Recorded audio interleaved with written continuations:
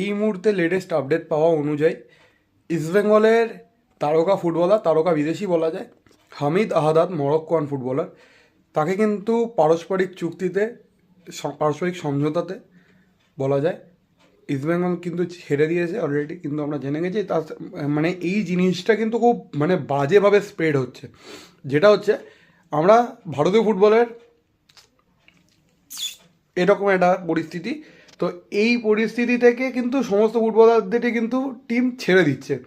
আমরা জানি অলরেডি কিন্তু আজকে না কালকে, আজকে সকালেই most probably Mumbai city FC 3কে ছেড়ে দিয়েছে। মুম্বাই সিটি এফসির সাথে কিন্তু সিটি গ্রুপ বেরিয়ে গেছে।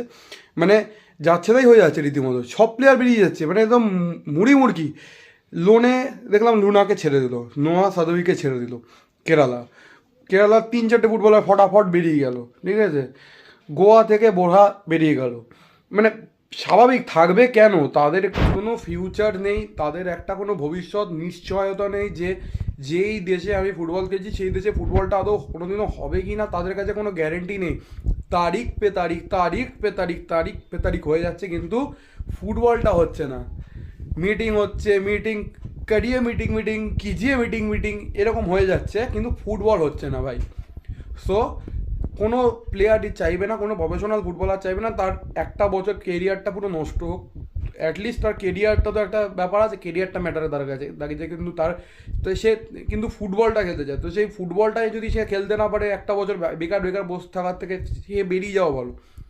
কেরালা ছেড়ে দিচ্ছে, মুম্বাই ছেড়ে দিচ্ছে, গোয়া ছেড়ে দিচ্ছে, এখন ইস্টবেঙ্গলও ছাড়ছে। মোহনবাগানও কদিন পরে হয়তো কোনো ফুটবলার তাদের মিউচুয়াল টার্মিনেট করে দেবে, ঠিক আছে। তো স্বাভাবিক, তাই না? আমরা কিন্তু জানি অস্কার বুজন কিন্তু অলরেডি কলকাতায় চলে এসেছে তার টিমের প্র্যাকটিসের জন্য।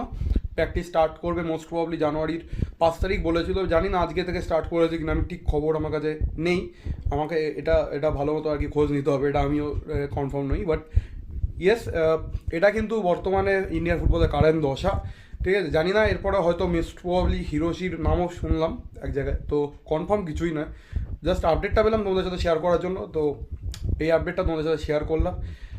আর ডেটটা মোস্ট প্রবাবলি খুব তাড়াতাড়ি হয়তো রিলিজ করবে যে আইএসএল কবে হতে পারে। শোনা খবর জানুয়ারির লাস্ট উইক অথবা ফেব্রুয়ারির ফার্স্ট উইক থেকে সেকেন্ড উইকও হবে না, ফার্স্ট উইকের মধ্যে আই থিঙ্ক আইএসএল স্টার্ট হতে পারে। So that's it. এইটুকুনি আপডেট দেওয়ার জন্য আপনার সাথে ভিডিওটা শেয়ার করলাম।